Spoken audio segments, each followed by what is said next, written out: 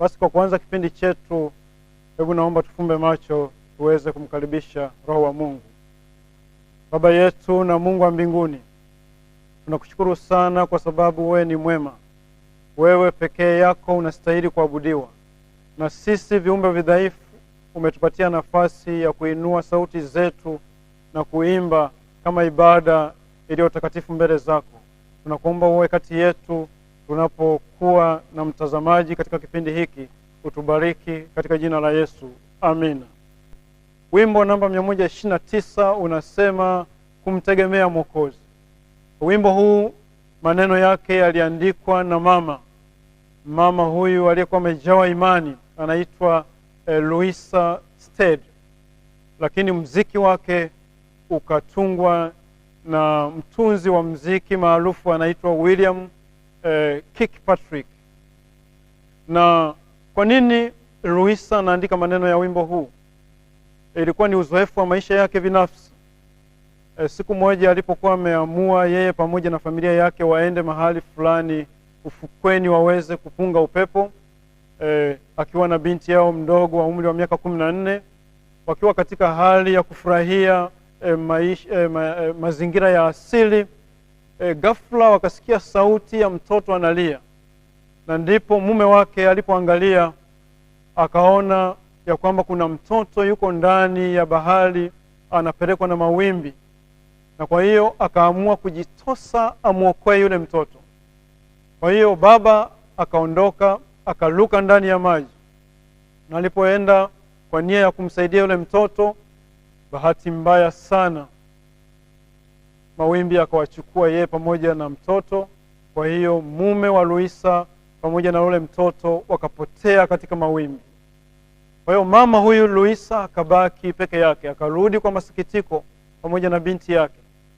Na kwa sababu alikuwa anamtegemea sana mume wake kwa ajili ya mahitaji mbalimbali, maisha yake yakawa ni ufukara mkubwa, umaskini mkubwa.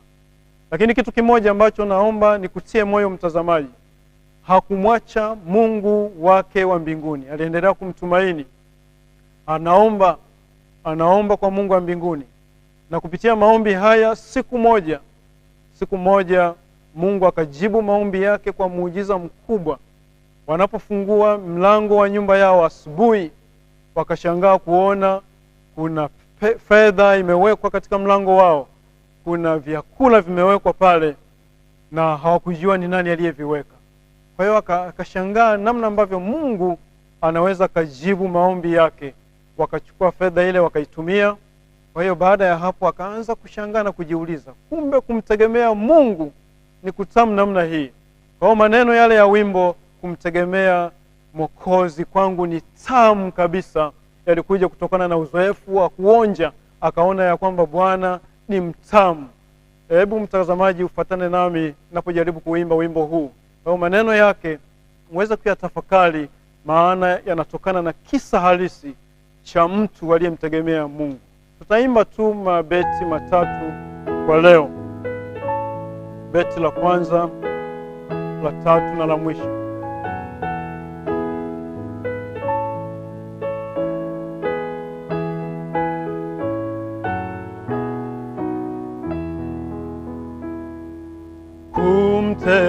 Kumtegemea Mwokozi kwangu tamu kabisa, kukubali neno lake nina raha moyoni. Yesu namwamini, nimemwona thabiti.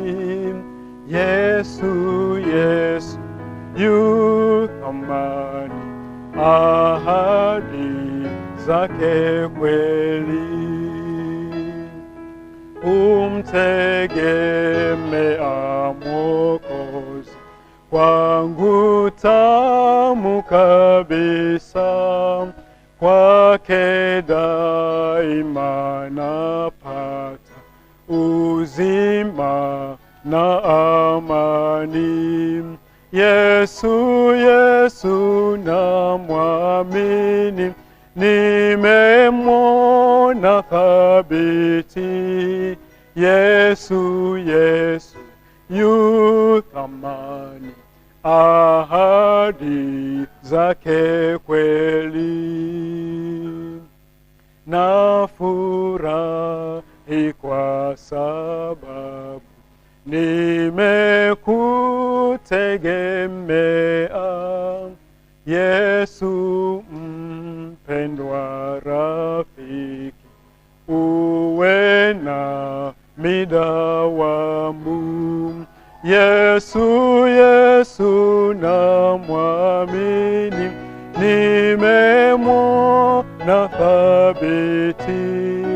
Yesu, Yesu yu thamani, ahadi zake kweli, ahadi zake kweli.